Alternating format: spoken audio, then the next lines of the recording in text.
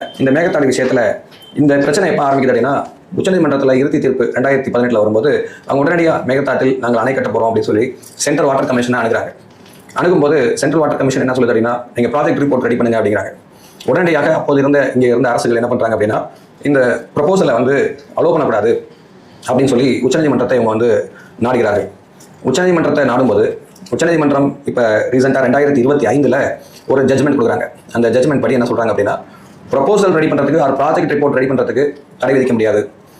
நீங்கள் சப்போஸ் அதில் மேகதாதில் அணை கட்டுறதுக்கு சென்ட்ரல் வாட்டர் கமிஷன் அப்ரூவல் கொடுத்து அவர் சென்ட்ரல் கவர்மெண்ட் அப்ரூவல் கொடுத்தா பாதிக்கப்படக்கூடிய மாநிலம் என்ற வகையில் தமிழ்நாடு எங்களை நாடலாம். மற்ற வகையில் இந்த ப்ராஜெக்ட் ரிப்போர்ட் ரெடி பண்ணுறதுக்கு நீங்கள் தடை விதிக்கணும்னு சொல்ல முடியாது அப்படின்னு 2025 நவம்பர் மாதம் அந்த தீர்ப்பில் சொல்கிறாங்க. அதுக்கு அடுத்தபடியாக அப்போதைய இருந்த அரசு திமுக தலைமையிலான அரசு என்ன பண்ணாங்கன்னா ரிவ்யூ பெட்டிஷன் போட்டாங்க. இதோட விட்டுருக்கலாம், அவங்க சொன்ன தீர்ப்பிலே தெளிவாக இருக்குது, ஆனால் விடலை.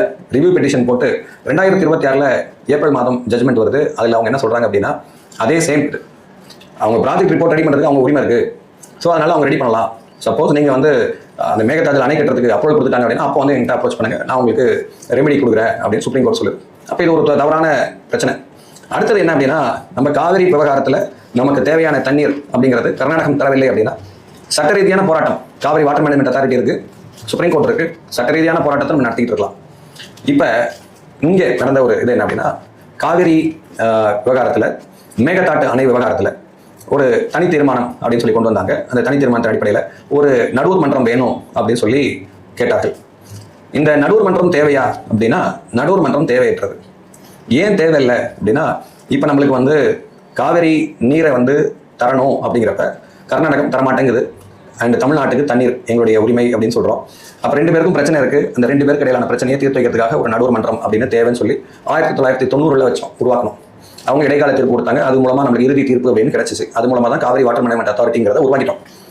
அப்போ இந்த மேகதாது விவகாரத்தில் நடுவர் மன்றம் தேவையா அப்படின்னா தமிழ்நாடு அரசனுடைய நிலைப்பாடு, தமிழ்நாட்டினுடைய நிலைப்பாடு என்ன அப்படின்னா மேகதாதில் அணை கூடாது அப்படிங்கிறது தான். நம்ம நடுவர் மன்றம் அமைங்க அப்படின்னு சொன்னோம்னா அது என்ன மாதிரியான ஒரு கண்ணோட்டத்தை ஏற்படுத்தும் அப்படின்னா மேகதாதில் அணை கட்டுவதற்கு நம்மளும் ஒரு அசன் கொடுக்குறோம், ஒப்புதல் கொடுக்குறோங்கிற மாதிரியான ஒரு இதை ஏற்படுத்திவிடும். அதனால இந்த விவகாரத்தில் இதை கொண்டு வந்தது யார் அப்படின்னா திமுக தான். இந்த இதை சட்டப்பேரவையில் தீர்மானத்தை சேர்க்கணும்னு சொன்னது. அப்போ இந்த நடுவர் மன்றம் தேவையா அப்படின்னா இந்த நடுவர் மன்றம் தேவையே இல்லை. ஸோ மத்தியஸ்த மன்றத்துக்கு இது தேவையே இல்லை. நம்மளை பொறுத்த வரைக்கும் நம்மளுக்கு no, it is Mekedatu dam. Karnataka வேணும்னா கர்நாடகம் போய் பார்த்துக்கிட்டோம். தமிழ்நாட்டுக்கு மேகதாது அப்படிங்கிறது தேவையில்லை.